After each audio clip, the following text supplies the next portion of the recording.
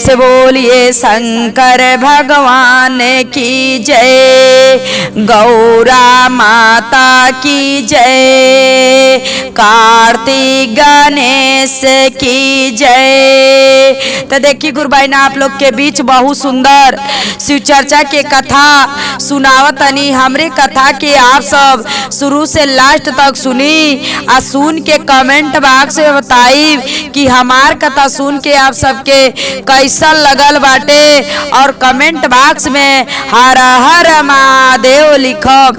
देखी गुरुभाई ना देवरान और जेठान के कथा आवे।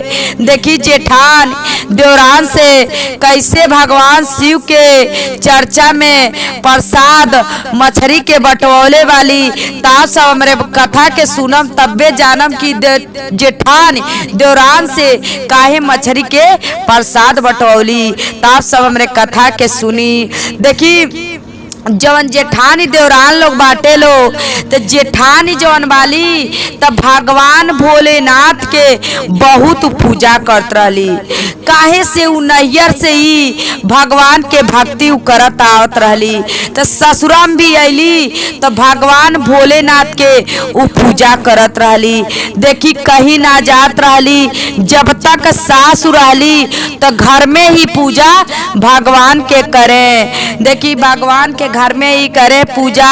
आ जौन देवरान रहली तो इनकर देखी जब घर के नैयर के लोग ना सही रह तो बेचारी ससुरा में जब नैयर में ना कुछ सिखले रहली तो ससुरा में अली तो देखी गुरुभाई ना ऐसा जेठानी रहली कुन के कुछ ज्ञान ना देत रहली। देखी जौन सास कहत रहली तो अनु करत रहली आ ना सास कुछ कहत रहली तो ना करत रहली। काहे से कि देखी चारों ओर से गुरुभाई ना उ लचरल लाली कि उनकर पति देव भी जौन रहने तो उनकर पति देव देखी बढ़िया ना रहने, थोड़ा बुर्बक रहने। देखी बुर्बक रहने आ इनकर जेठानी जौन वाली तो इनकर जौन पति देव बाने तो देखी होशियार बाने। तो जौन जौन कहत रहली तवन तवन उ सुनत रहने। आ देवरानी जौन वाली तिनकर पति देव बुर्बक बाने, बेचारी कुछ भी कहत रहने तो कुछ के ज्ञान ना लेत रहने, कुछ ध्यान ना देत रहने। देखी बेचारी कुछ दिन जब तक सासु रहली तब तक तो बेचारी अपन घर में अपन रहत रहली। सासु मानत रहली कि चलो जाए द हमार बेटा बुर्बक बाने तो जाए द बाली, आखिर में हमरे बेटा पे बुर्बक बाने तो का, लेकिन छोड़ के ना गईली हमरे बेटा के साथे ते बाली। देखी सासु जब ले जियली तबले बहुत मनली। जब इनकर सासु मर गईली तो बेचारी बहुत रोवे। काहे की रोए कि देखा हमार पति देवते ऐसा रहने में सासु मानत रहली तो सासु चल गईली।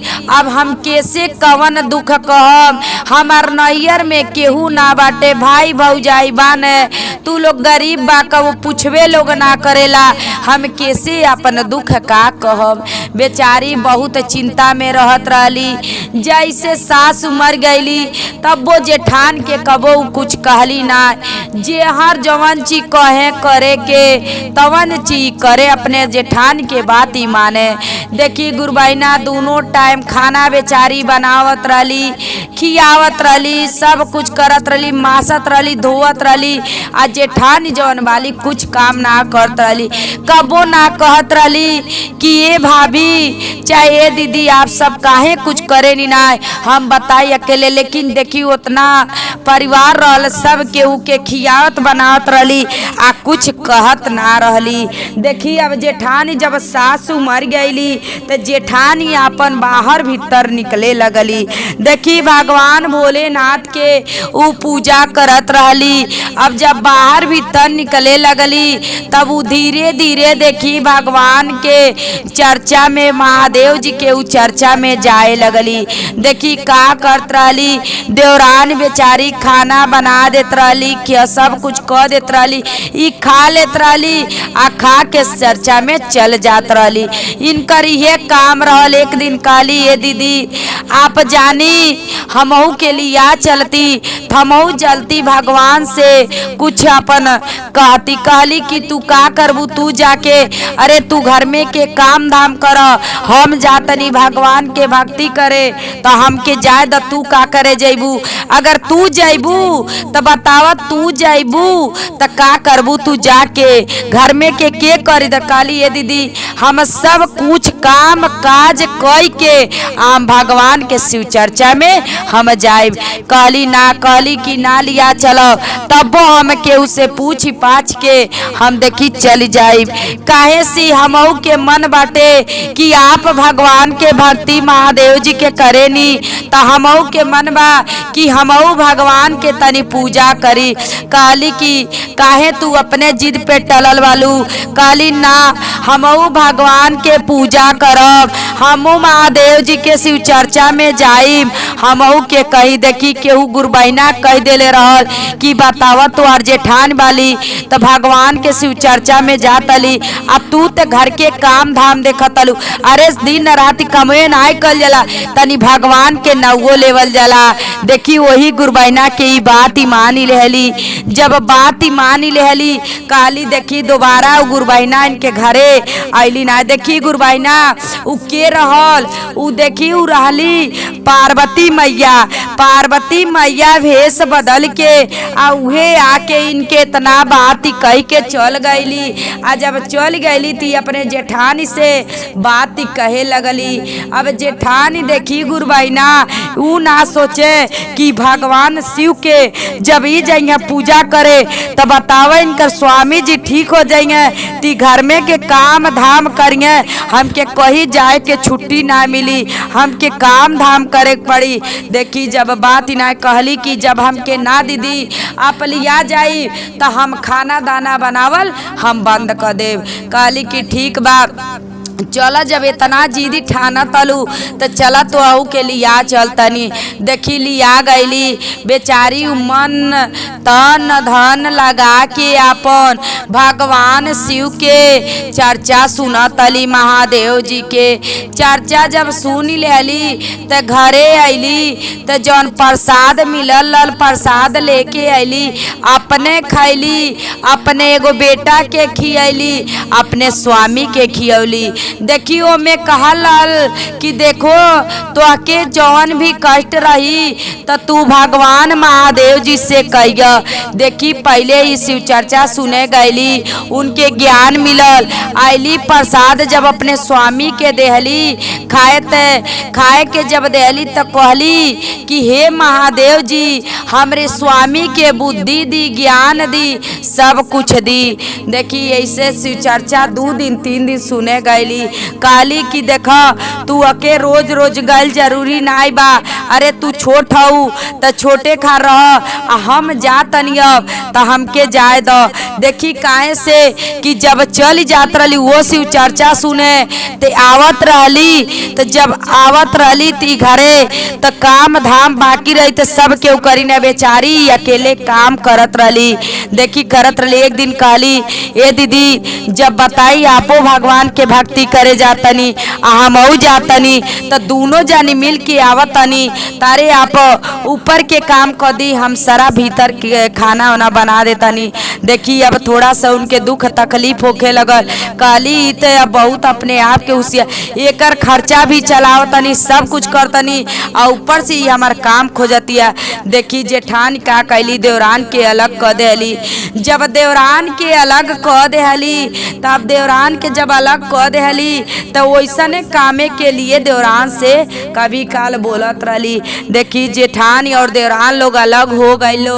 अब बेचारी जब अलग हो गईली तुमकर स्वामी कमात नहीं रहने तो कहीं से बेचारी कोनो व्यवस्था क के अपन अपने बेटा के अपने पति देव के देखी खियावत रहली, सब कुछ करत रहली। देखी यो शिव चर्चा में जाए लगली। देखी लेकिन ज्ञान उनके सब कुछ अभी ना मिलल। कहली कि मन करता हमऊ के कि घरे शिव चर्चा कराई। अरे घरे शिव चर्चा कराई तब भगवान शिव के हमऊ प्रसाद के बाटम। हमऊ जौन काम रही मन्नत रही मानव मिट्टी कर सब अपने मुद्दी में सिखली। जाके अपने जेठान से कहली ये दीदी हमऊ अपने घरे शिव चर्चा कराई। हम ही ना जाने नी सब ज्ञान जननी, लेकिन ही ना जाने नी कि भगवान शिव के महादेव जी के प्रसाद का रखाला। कहली कि बाग तोरी के तू का करे शिव चर्चा करवाइबू आ बहन तो के कुछ के बेवत बा। कहली ना हमरे खाए के रहे चाहे ना रहे, लेकिन हम महादेव जी के शिव चर्चा हम कहवाई। देखी कहली कि ना तू बात ही मानो तू शिव चर्चा। कहली ना हम करवाई तो करवाई, मगर आपके ना बताए बा तो कह दी हम ना ही बताई। हम जाके गांव के लोग से गुरु बहिना से पूछ ले। कहली अब लगता ई जिद पे टल गई बाटी आई मनिहे ना। आज जब महादेव जी के जाइए शिव चर्चा करेंगे तो अगर केहू से पूछे जाएंगे तो केहू सही सही बता दी, उससे बढ़िया ले आओ हम ही काहे नहीं बता दी। देखी उनके जेठान के अंदर ही रहल कि देखो हम बता दे में ऐसा चीज के प्रसाद रखे बता दे कि गांव गड़ा जवन गुरु बहिना लोग बा सब केहू इनके सब केहू थूकी सब केहू कही का ये गुरु बहिना शिव चर्चा कहलू हो ये कार कैलू हो तू। देखी अपने ज्ञान में लेके अपने देवरान के कहली ठीक बा हम बतावत तनी। देखो शिव चर्चा कहवैया तो प्रसादी देखो ओमे मिश्री और मूंगफली के गुद्दी किशमिश भी मंगा लिह आ देखो उ भगवान शिव के कटोरिया में रख दिया अलगे रख दिया। आई अपने स्वामी से अपने पतिदेव से देवर बाबू से कह दिया कि जाके बाजार से सिधरी मछली ले आई। देखी इतना बात और जब सिधरी मछली ले आई तो तू का करिया खूब सुंदर के धो के आ का करिया थरिया में बराबर से धो दिया आ धो के आ लाले कपड़ा से ढक दिया आ ढक के आ वे भगवान के आगे धो दिया। ऊ प्रसादी का करिया जितना गुरबैना लोग शिव चर्चा सुने आई लो उतना जानी के ई प्रसाद बटिया। आ जन मिश्री और मूंगफली के गुद्दी किशमिश के जवन भोग लगौले रहिया वही जा रहे दिया। देखी बात मानी लेहली अपने जेठान के। आ सोमवार के दिने देखी गुरबैना उ शिव चर्चा के दिन धैली। सोमवार के दिने उ शिव चर्चा कहवली। सब गुरबैना लोग के गैली बोला के लेली आ बोला के आ भगवान शिव के शिव चर्चा अपने घरे अब करवावत अली महादेव जी के। देखी जब गुरबैना चर्चा करावत अली जब चर्चा खत्म हो गई तब प्रसादी कहली ये दीदी आप प्रसादी बांट दे। कहली ना जेकरे घर के प्रसादी हो ते ही बाटेला दूसर केहू ना बाटेला। का कैली अब देखी गुरबैना थरिया उठौली आ लगली प्रसादी बाटे। आ जब लगली प्रसादी बाटे तो सब केहू के अचरा में देखी इतना सुंदर सुंदर केहू के अचरा में ई ना बाटे सब केहू के अचरा में छोटी छोटी सब केहू के अचरा में सोना के खील रहत रहल। देखी गुरबैना जब वो अपने हाथ से उठावत रही मछली रहत रह आ जैसे अचरा में धरत रही तू देखी सोना के उखील बनी जात रहल। देखी गुरबैना ऐसे सब केहू के प्रसादी बांट देली आई अपने जेठान के भी प्रसादी देली। देखी अपने जेठान के भी प्रसादी देली उनके जेठान के भी अचरा में सब केहू के सामने तो खिल रहल सब केहू के सामने तो खिल रहल। वहाँ देखी महादेव जी उनकर के तर देवरान के इज्जत सब कुछ बचौले बानी। अब देखी जब जेठानी घरे गईली तो कहत अली देखो ई के ते हम मछली के भोग लगावे के कहले रानी ई मछली के भोग लगौले रहल ती कहाँ से सब केहू के सोना के खिल बटलस कि सब केहू कहता देखो गरीबे बा आ कहाँ से उ सोना के सील खिली उ गुरबैना बटली है। देखी गाँव में सब गुरबैना लोग बात बतियावे लगलो। आइली जब सुनली त आइली त कहतली कहो तो के हम कहले रहनी मछरी के भोग लगावे के, तो तू के कहले रहनी हम खिली के भोग लगावे के। आ कहाँ से तू इतना खिल पौलू, कहाँ से तू के करे दुकान से चुरा उरा के ले आलू। कहली ये दीदी ऐसन कोनो बात नहीं बा, हम मछरी के भोग लगौले रानी, हम सब केहू के अचरा में हम मछरी ही देले बानी। देखी जब ये अपने हाथ से मछरी उठौले रहली ती काहे कहिए।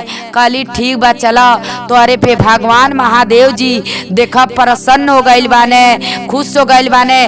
केहू से तू पूछिए ना कुछ, ना तो सब केहू कही ये कि देखा खीली के प्रसादी बांट के एकरे अंदर फिर बेईमानी आ गई तिया के हमसे पूछ के मांगतिया।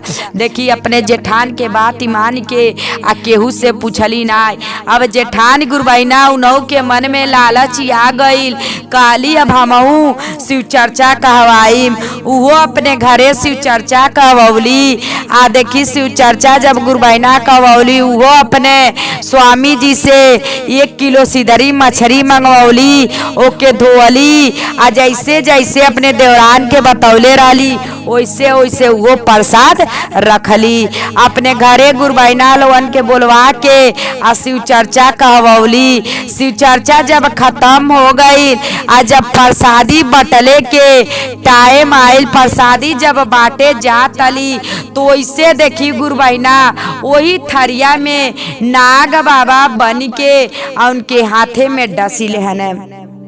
जब नाग बाबा बन के उनके हाथे में डसी ले है, अब ते उ का करे वही जा तुरंत थरिया फेंक देली। कहतली हमके सांप काट लेला।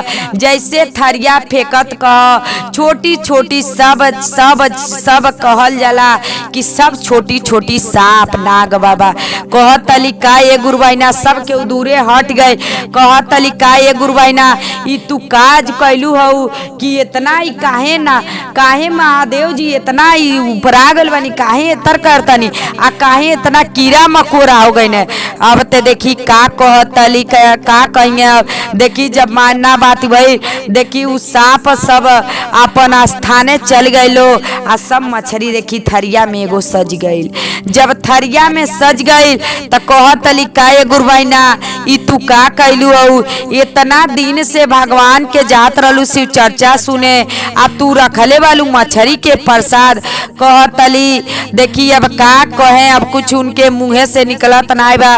देवरान कहतली कि देखी दीदी सबन ई दीदी हमऊ के तो मछरिये के भोग लगवले रानी शिव गुरु के। तो कहतली कि सही में तो कहली हाँ दीदी से हम पूछनी थी दीदी ती ये कहनी कि जा तू बाजार से 1 किलो सिधरी मछली मंगवा लियो आ उहे तू प्रसाद रख दिया। तो हम रखले रानी। देखी कहतली कि देखो वही जा कहली लोग गुरबैना लो कि देखो तू बहुत बड़ा गलती कैले वालू। अरे तो के नाई अपने देवरान के देख गइल तो तू काहे बतौलू, गलती काहे नियम बतौलू, तुहके ना बता के रहल तो सीधे कह देले रह तू हम ना बताई कि इतना बड़ा तू गलती काहे कैलू। वही लालच में तू मछली के भोग लगौलू। देखो कि ई तो जान के ना गलती कैली, ई ना जानत रही अनजान में गलती कैली। तिनके पे भगवान महादेव जी प्रसन्न हो गई ने। तू जान के गलती करतलू तो भगवान महादेव जी तोहके ना माफ कईने। देखो कि कभी भी ना कहल जाला गुरबैना कि केहू आगे सोचे बढ़ल तो उनके देख के जरल ना जाला। अगर तोहार देवरान ज्ञान सीखत रहली तो तू ज्ञान बतावे के रहल, तू सही ज्ञान बतौले रहलू, तू काहे तू गलती ज्ञान बतौलू। जब गलती ज्ञान बतौलू तो ओकर सजा के पाई, ओकर हम सजा हऊ तू पैबू। देखी वही जा देवरान कहतली कैसे अपने जेठानी से अरे कवने गलतिया ये दीदी हम कैले रहनी, आ कवने गलतिया ये दीदी हम कैले रहनी, हमसे दुश्मनिया तूनी आलो ये दीदी, हमसे दुश्मनिया ये दीदी आ तू निकाल, तू से जो पूछनी है दीदी हम ऊपर सदिया, शिव गुरु के जो चारा चावा में दीदी, जानी बूझी करवलू ये दीदी हमसे गलतिया, आ जानी बूझी करवलू ये दीदी हमसे गलतिया, वही के जो सजवा महादेव देखा में ओ दीदी, आ सोचले जो रालू ए दीदी गाँव आके लोगवा हम के जो कहे ये दीदी हम के जो कहे हम के पपिनिया लोग कहे दीदी, आ तू ही जो सोचलू ए दीदी हमारो जो गलतिया, नाई महादेव हमरे बहिने ये दीदी, खुशवा जो भैने ये दीदी हमरे महादेव जी, खुशवा जो भैने ये दीदी हमरे महादेव जी। कहतली कि देखी दीदी आप जान के गलती हमसे करवनी तब भगवान शिव हमके बचा लेनी, आप देखी जान के गलती कैनी तब भगवान शिव ओकर सजा आपके देतनी। तो देखी गुरु बहिना कबो ई ना सोचल जला केहू अगर कुछ पूछता ती ना सोचल जला हम ना बताई, सब केहू के ये कहल जला कि हे भगवान उनकर भला कर, उनकर दुख उनकर बीमारी उनकर जौन विपत्ति बा हटाव, ओकरे पीछे हमार हटाव। देखी जे जवन गलती जान के करी ओकर सजा भगवान महादेव जी भगवान देवे के तैयार बने। तो देखी जान के आप हमसे गलती करवनी तो हमें हमार गलती नाई बा, अब तो हमके सब गुरु बहिना लोग बता दे तो हमके अब ज्ञान मिल गए, लेकिन आप गलती कैनी तो ओकर सजा महादेव जी देतनी। तो देखी गुरु बहिना आप सब ऐसा गलती कभी ना करो कि जेके ज्ञान देवे के रही तब सही के ज्ञान दे, गलत के ज्ञान कभी ना दे, नहीं तो महादेव जी बदला लेवे के तैयार बानी। हर हर महादेव।